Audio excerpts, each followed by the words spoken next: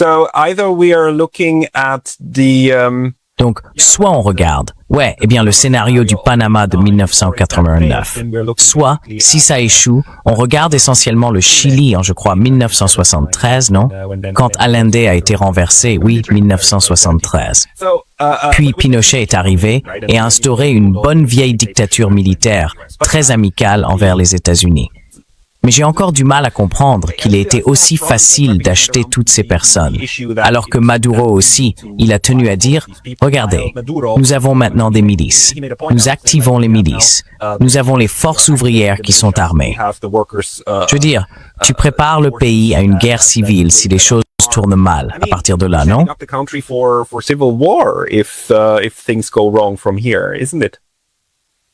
That's a risk. C'est un risque. C'est un risque, et je l'ai mentionné dans mon analyse. Le risque qu'une partie de la population, une partie du gouvernement, ne veuille pas coopérer avec Trump. Trump va utiliser des moyens forts, une main ferme, pour les intimider et leur dire, écoutez, vous ne voulez pas être pulvérisé par un drone au milieu de la nuit pendant que vous dormez. Vous feriez mieux de faire ce que je vous dis. Si vous ne voulez pas finir dans une prison fédérale comme Maduro, vous feriez mieux de faire ce que je vous dis, et ainsi de suite. Je pense donc que le facteur d'intimidation est au cœur du plan A de Trump. Mais encore une fois, je pense que Trump a un plan B. Et le plan B est, si vous ne voulez pas coopérer avec nous, alors je vais utiliser l'armée vénézuélienne, soutenue par moi, par mon armée, par l'armée américaine, et nous allons prendre le contrôle du pays. Nous allons mettre en œuvre un scénario de coup d'État. Dans ce cas, tout passe au plan B, et ils exécutent le coup d'État. Il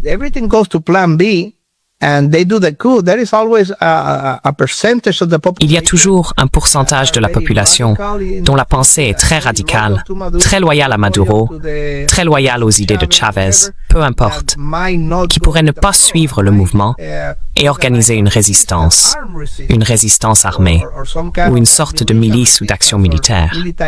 Il y a donc toujours cette menace. Je pense que les États-Unis feront tout ce qui est en leur pouvoir pour éliminer cette résistance le plus rapidement possible et pour fournir tous les renseignements, les armes, les drones, les missiles, tout, afin d'anéantir toute résistance susceptible de se développer. Mais il existe toujours la possibilité, au moins potentielle, qu'une partie de la population, de l'armée ou du gouvernement ne suive ni le plan A ni le plan B de Trump et qu'elle organise une résistance, un conflit armé ou une sorte de petite guerre civile au Venezuela. C'est toujours possible.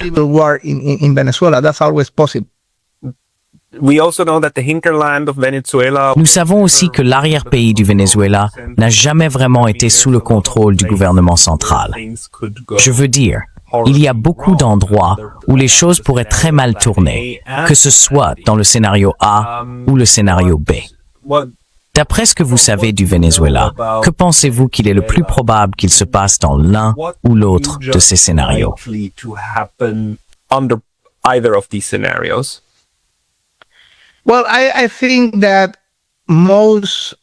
Eh bien, je pense que la plupart du gouvernement vénézuélien, les personnes actuellement sous l'autorité de Delcy Rodriguez, suivront Trump. Principalement pour des raisons d'argent, car une bonne situation financière est tentante, très tentante pour eux. Et souvenez-vous, le Venezuela est un pays très capitaliste, dans le sens où il n'est pas comme Cuba, par exemple. Si j'offrais beaucoup d'argent à un officier du renseignement cubain ou à un général cubain, il me dirait « Oh, à quoi me servirait l'argent? Je ne peux pas l'utiliser. Cela ne vaut rien. » Mais ce n'est pas le cas du Venezuela. J'y suis allé plusieurs fois. Ils ont des centres commerciaux, des villas. Ils ont connu le boom des années 1970. Et ils ont le goût de la belle vie.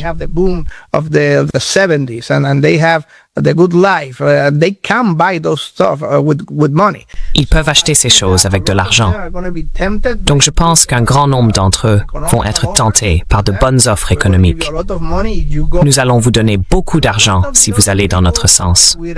Et beaucoup d'autres, sans Maduro, avec leur chef arrêté, pourraient être intimidés en ce moment. Je veux dire, s'ils ont pu venir ici au milieu de la nuit et kidnapper mon président.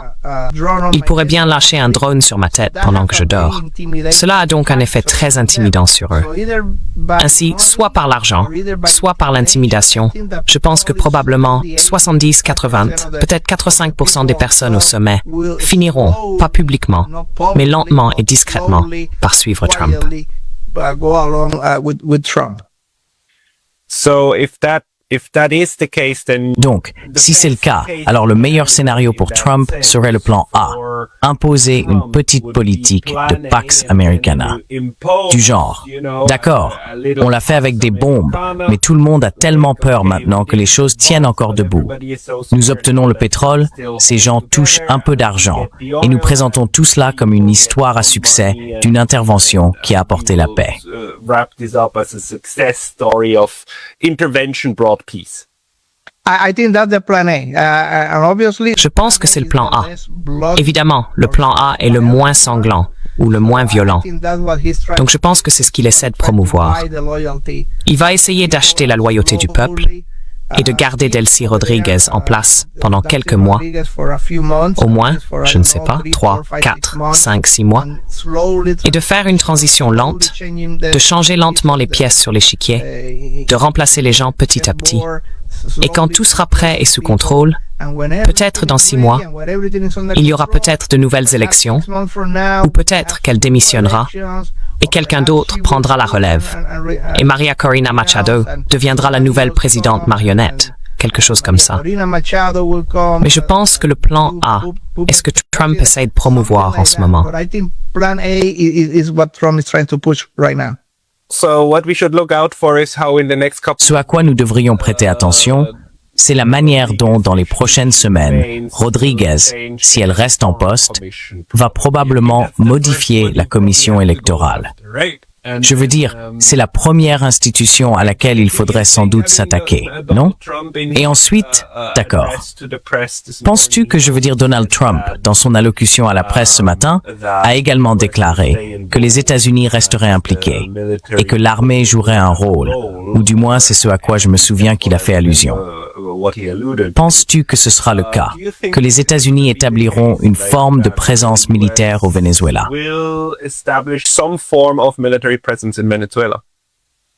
No, I don't think that the US will put boots on the Non, ground. je ne pense pas que les États-Unis déploieront des troupes au sol de manière permanente. C'est trop risqué. Cela pourrait entraîner des pertes américaines et inciter des groupes de résistance à les attaquer. Donc je ne pense pas que cela arrivera. Pas à court terme. En tout cas, pas dans l'année ou les 2 années à venir. Mais encore une fois, il va utiliser un gouvernement fantoche. Il va intimider ou payer des membres du gouvernement vénézuélien pour qu'ils finissent par faire ce que Trump leur dit de faire, que ce soit par l'argent, l'intimidation ou les menaces. Either by money or either by intimidation, either by threat, but I think that's that's how he wants. Mais je pense que c'est ainsi qu'il veut gouverner le Venezuela, du moins à court terme, jusqu'à ce qu'un nouveau président arrive, quelqu'un de 100% pro-américain, 100% libéral et prêt à coopérer avec Trump. Je pense que cela viendra plus tard, peut-être dans 6 ou 8 mois. Mais je crois que ce qu'il veut faire, c'est donner un visage vénézuélien à tout cela. Et je pense que Delcy Rodriguez est actuellement le bon visage vénézuélien, celui qu'il veut garder en place. Et c'est très important, tant qu'ils font ce qu'il leur dit de faire. But wouldn't this put the Mais cela ne placerait-il pas le Venezuela dans une situation impossible, où Delcy Rodriguez devrait, d'un côté, faire semblant d'être anti-américaine, anti-invasion et pro-Maduro, tout en faisant en réalité ce que dit Donald Trump? Comment pensez-vous qu'elle pourrait résoudre ce dilemme? Parce que je veux dire, Maduro est maintenant aux États-Unis. Les diplomates vénézuéliens doivent tout faire pour ramener cet homme, non? C'est une situation tout simplement scandaleuse. This is just an outrageous situation, and yes, the US is trying to frame this as a Et oui, les États-Unis essayent de présenter cela comme une opération de maintien de l'ordre. Les forces de l'ordre sont intervenues, et amène maintenant le criminel devant la justice. Cela, en soi, n'est jamais conforme au droit international, en aucune circonstance. Bien sûr, les États-Unis et l'Europe tenteront de faire croire que cela l'est, mais ce n'est vraiment pas le cas, et cela ne le sera pas. La diplomatie vénézuélienne devra donc à nouveau porter l'affaire devant la Cour internationale de justice et les Nations unies. Alors, comment voyez-vous cet exercice d'équilibre possible pour quelqu'un comme Rodriguez si c'est réellement le camp qu'elle soutient?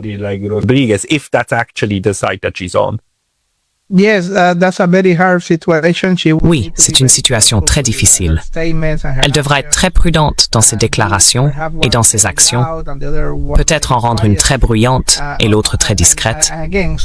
Et encore une fois, elle doit procéder à une transition lente, très lente. Ce n'est pas une transition radicale, mais quelque chose de progressif. Loi après loi, décret après décret, changement après changement, ministre après ministre. Quelque chose qui, au final, donne à Trump ce qu'il veut. Et Trump veut le pétrole. Voilà. Je veux dire, il veut investir au Venezuela et avoir un contrôle indirect sur le pétrole vénézuélien. Et encore une fois, oui, tout cela concerne un changement de régime, l'installation d'un gouvernement qu'il peut facilement manipuler et contrôler. Il s'agit de maintenir le dollar américain comme force dominante dans le commerce mondial. C'est ce qu'il veut. Je veux expliquer cela un peu plus.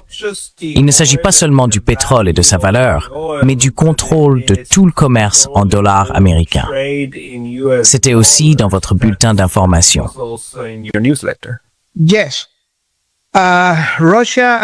Oui, la Russie et la Chine essaient depuis plusieurs années, surtout après l'invasion de l'Ukraine en 2022, de pousser progressivement les BRICS à modifier leur manière de faire des affaires dans le domaine du pétrole et du commerce international, et à remplacer peu à peu le dollar américain par le yuan chinois. C'est donc essentiellement ce qu'ils cherchent à faire. Ils disent: éloignons-nous du dollar. Faisons nos transactions en monnaie chinoise. Et ils orientent les BRICS dans cette direction, car cela leur donne plus d'indépendance et plus de pouvoir.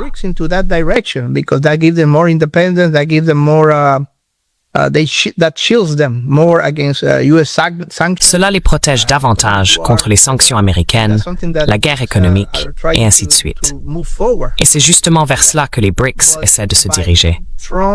Mais en prenant le contrôle, directement ou indirectement, dans ce cas, des réserves de pétrole du Venezuela, Trump obtiendrait plus de levier, plus de contrôle, plus de pouvoir pour continuer à imposer le dollar comme monnaie dominante du commerce mondial du pétrole.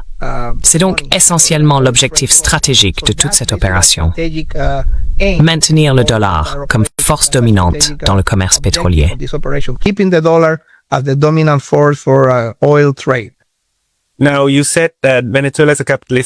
Tu as dit que le Venezuela est un pays capitaliste, dans le sens où il possède des centres commerciaux et où l'argent permet d'acheter de bonnes choses.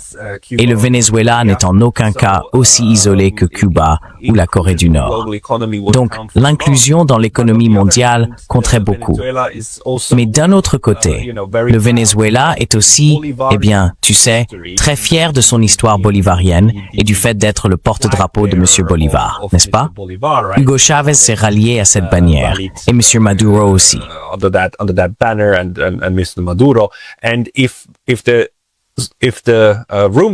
Et si les rumeurs sont vraies, alors l'une des choses qui ont été bombardées la nuit dernière était en réalité le mausolée d'Hugo Chavez. Ce qui, à mon avis, si c'est vrai, est tout simplement horrible. C'est un acte de vandalisme.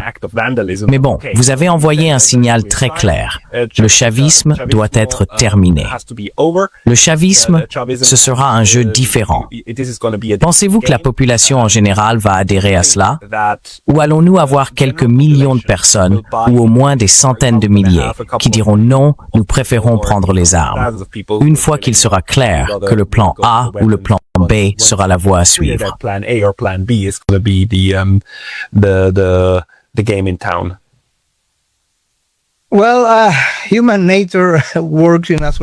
Eh bien, la nature humaine fonctionne parfois en mode survie. L'histoire l'a montré à de nombreuses reprises. Et une fois que la plupart des gens réalisent que leur survie, leur avenir économique ou autre, dépend du soutien au nouveau gouvernement, et que les emplois arrivent, que l'aide sociale arrive, que l'argent pour la nourriture, pour l'essence, pour tout ce dont on a besoin, arrive en soutenant le gouvernement.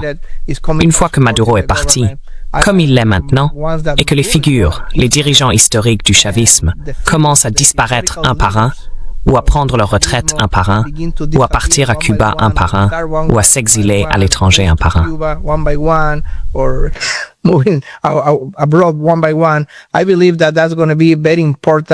Je pense que ce sera un facteur de motivation très important, très déterminant, pour que les gens transfèrent leur soutien au nouveau gouvernement. Maintenant, comme je l'ai dit au début, il y a toujours la possibilité qu'une petite faction de personnes très idéologiques, des partisans intransigeants dans l'armée ou au sein du gouvernement, refusent de coopérer et créent des problèmes, voire même une résistance armée.